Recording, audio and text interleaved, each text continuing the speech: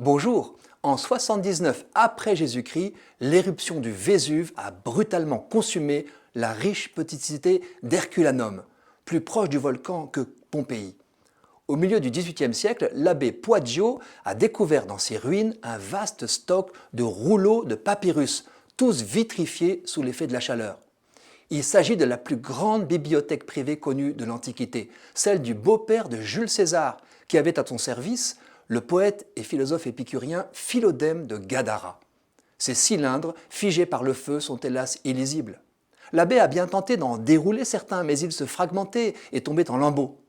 3 siècles plus tard, plus de 1800 de ces rouleaux, plus ou moins complets, dorment encore tels quels dans les réserves de musées à Paris, Londres, Oxford, Naples, etc. Le déchiffrage d'un tel trésor littéraire était malheureusement impossible. Impossible au passé, car au futur, rien n'est moins sûr.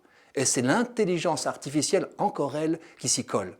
Dans ces papyrus intouchables, l'écriture serait-elle encore là, bien qu'inaccessible et illisible? Un ingénieur l'espérait. Vous avez sans doute déjà vu brûler de vieux journaux. Il y a un instant où l'écriture est bien visible sur une feuille juste avant de partir en fumée. Mais vous l'avez compris, faits en fibre de roseau, ces précieux papyrus devenus cylindres de charbon ne sont plus déroulables. L'ingénieur Brent Sills a d'abord inventé et testé avec succès une méthode de déroulement virtuel, non invasive des papyrus. Il s'agit d'une transposition de la tomographie par rayon X, conçue pour explorer le corps humain. Le chercheur a réussi à déchiffrer un papyrus des fameux manuscrits de la mer Morte, encore plus anciens que ceux d'Herculanum.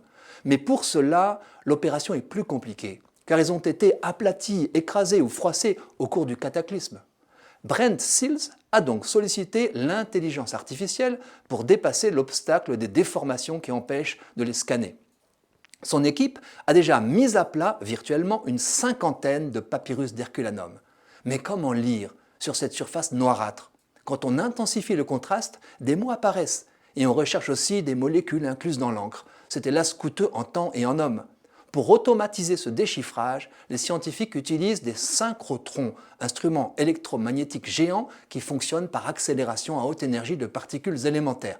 Ne m'en demandez pas plus. Je sais juste que des chercheurs du monde entier s'attellent à exhumer ces textes avec l'aide de l'IA.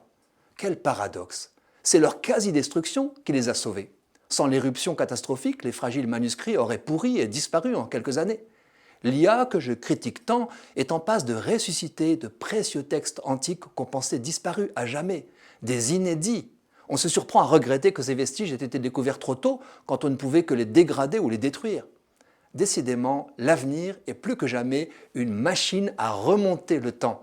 Quand on aura déchiffré tous les manuscrits d'Herculanum, on estime que le volume des textes légués par l'Antiquité à l'humanité aura augmenté de 20%. Quelle bonne nouvelle!